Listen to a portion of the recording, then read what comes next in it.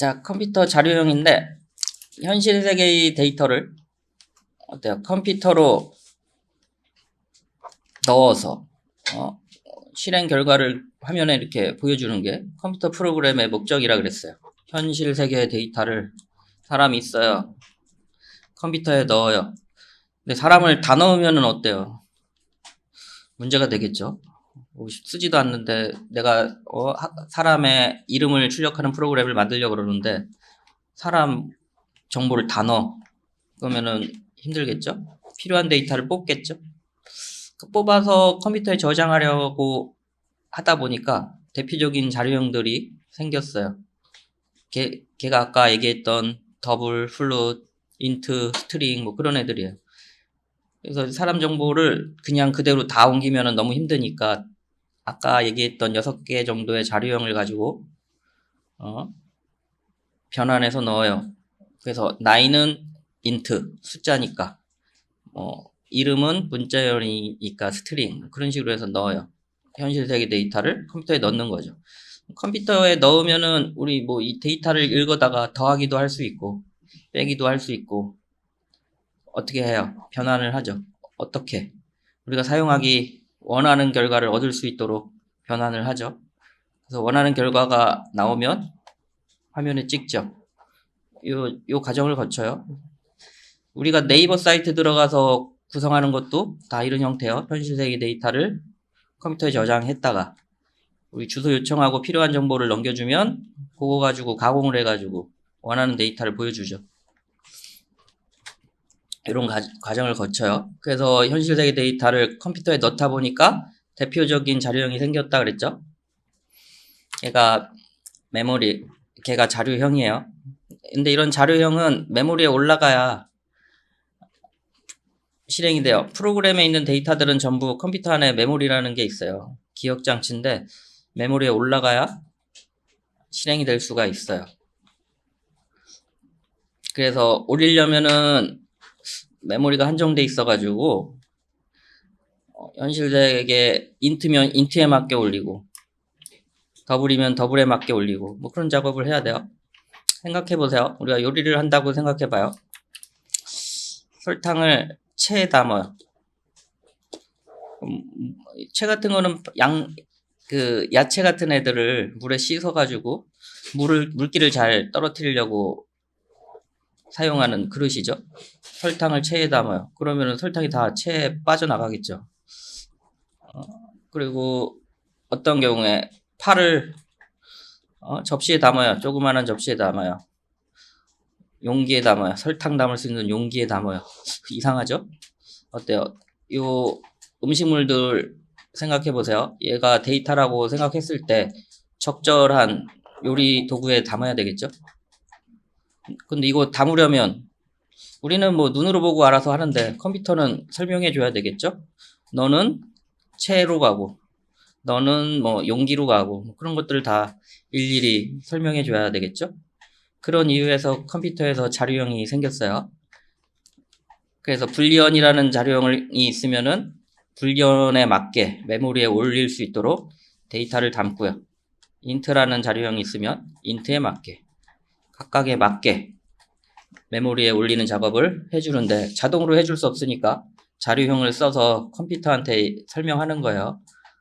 너희 인트 자료형은 메모리에 올릴 때 인트 형태로 올려라. 자료형이 없으면 구분이 안 되니까 자료형을 만들어서 구분해서 올리는 거예요. 자, 그래서 여기는 예전에 다 설명한 것들이에요. 자료형 한번 읽어보시고요.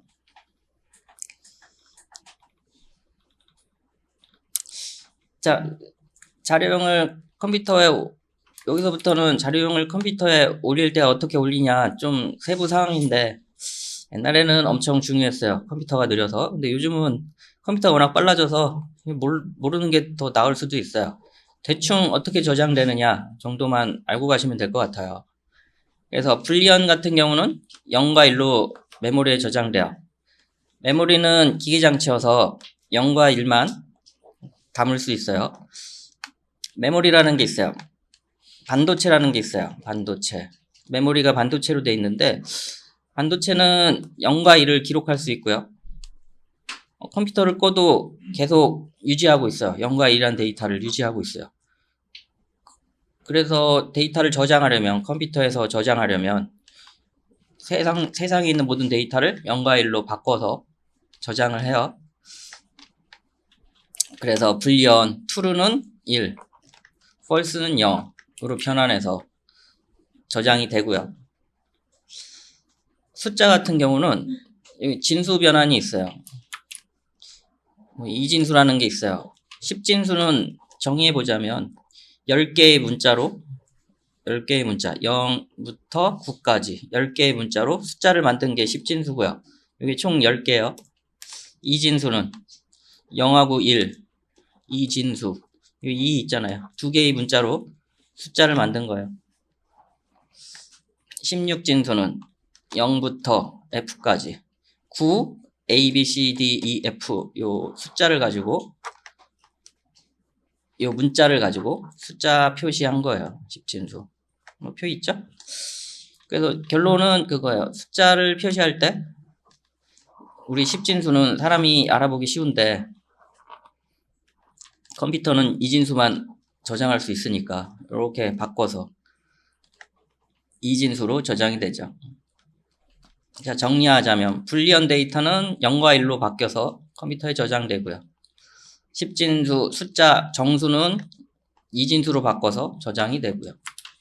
요 아스키 그 다음에 문자 같은 경우는 아스키 표라는 게 있어요. 표. 웹에서 긁어온 건데 여기 보면 A라는 게 65예요. 소문자 A는 97이고요. 이게 숫자죠. 문자를 숫자로 표시하는 표예요. 이게 아스키 코드라는 건데 옛날에 사용하는 코드예요. 요즘에는 안 써요. 유니코드 쓰고요. 근데 뭐 여전히 뭐 많이 쓰고 있긴 해요. 자, 그래서 결론은 문자는 약속된 코드 방식이 있어요. 약속된 코드 방식이 있어서 A는 97로 하자고 아스키 코드에서 약속이 돼 있어요. 그래서 숫자 97이라고 입력하면 A가 될 수도 있고 상황에 따라 A가 97이 될 수도 있고 그런 식으로 되어 있어요. 자, 그래서 봅시다. 우리가 ABC를 저장하고 싶다. 그럼 어떻게 저장이 되냐면 A는 65잖아요. 메모리에 65, 66 이런 식으로 저장하겠죠. 67 이렇게 저장하고 요게 문자열이다 가르쳐주면 요거 찍으면 얘는 숫자지만 이거 실제로는 이진수로 바꿔서 저장이 되겠죠. 요게 숫자지만 걔를 문자열의 자료형을 이용해서 저장했으니까 읽어올 때는 문자가 되는 거예요. 그래서 A, B, C 일단 그렇게 그 정도만 알면 될 것 같아요. 메모리에 올라간다는 거. 그래서 인코딩, 디코딩이라는 용어가 있어요. 인코딩, 디코딩. 자, 우리 여 표를 보면 아까 ABC 뭐라 그랬어요? ABC. 요거 이렇게 약속을 해놨죠? A는 65. 그럼 얘를 내가 ABC라는 문자열을 컴퓨터에 저장해야 돼. 그러면 어떻게 돼요?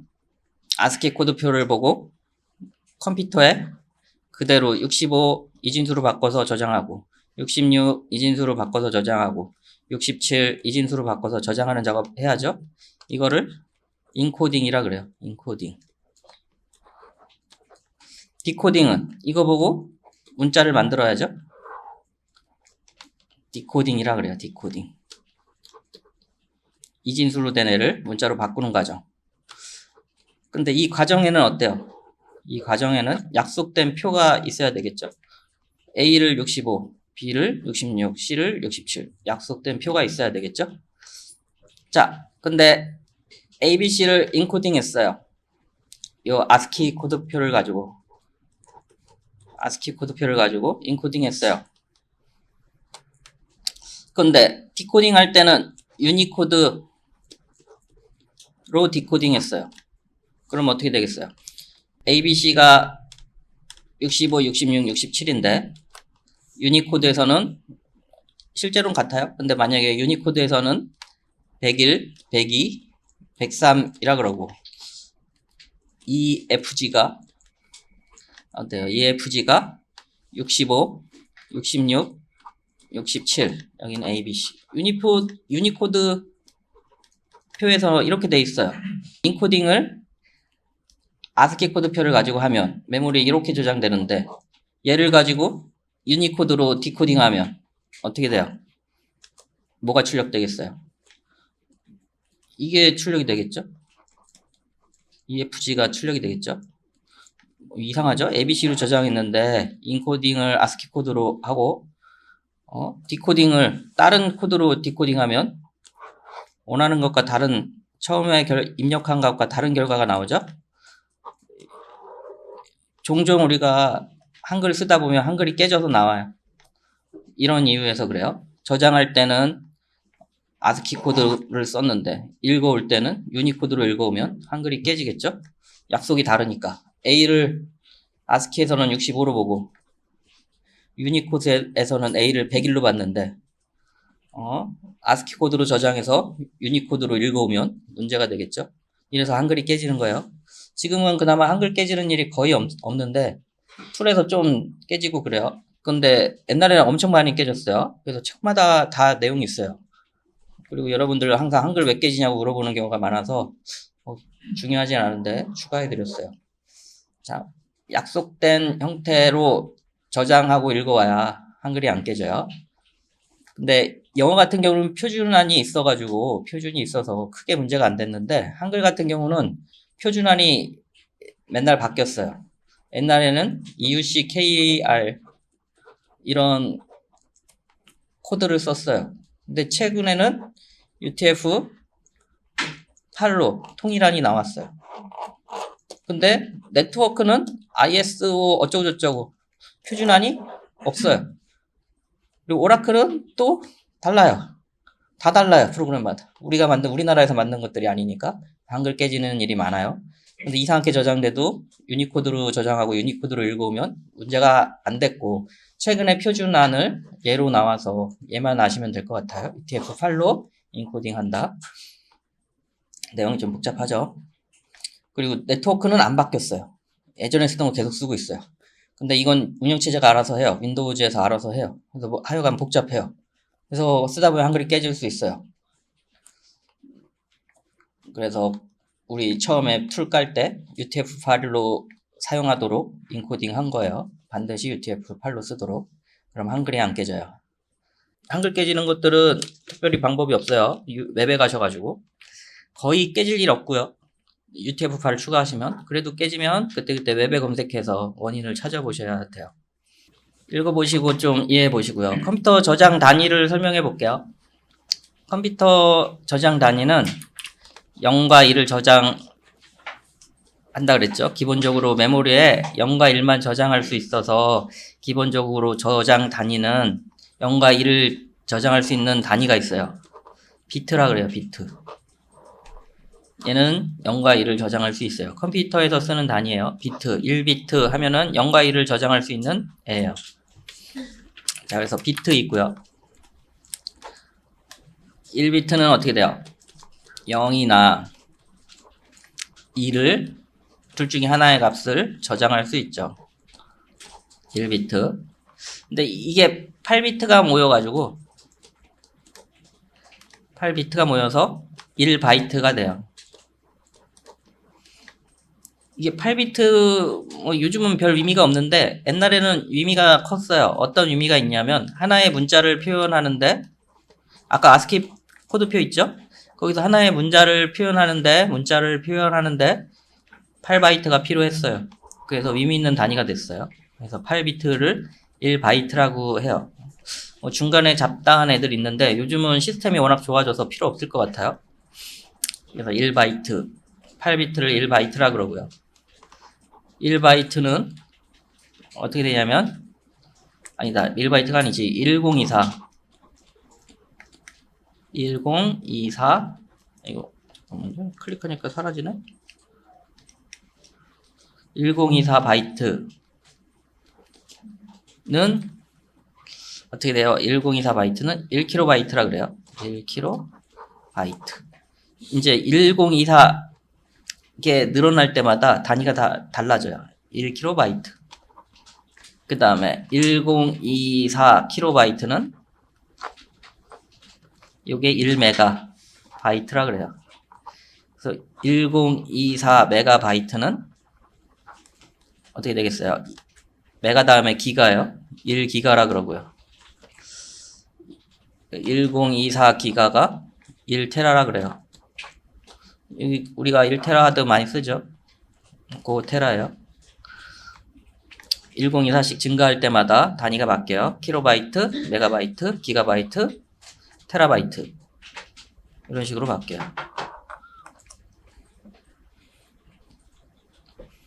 뭐 대충 상식선에서 알고 계셔야 될 것 같아요. 1바이트 0과 1로 저장할 수 있는 최소 단위, 전산에서 쓰는 단위예요. 데이터 저장 단위. 1바이트, 8바이트.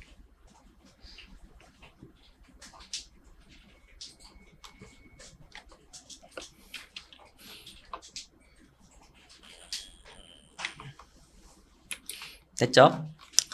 자, 연습 문제 있어요. 이거 푸는데 집중하지 마시고 이거 위에 거 읽어보시고 이해 안 되는 거 질문해 보시고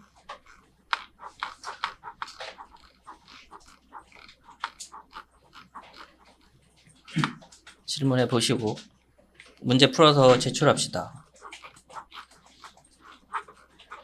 자, 시간 드려볼게요. 해보세요.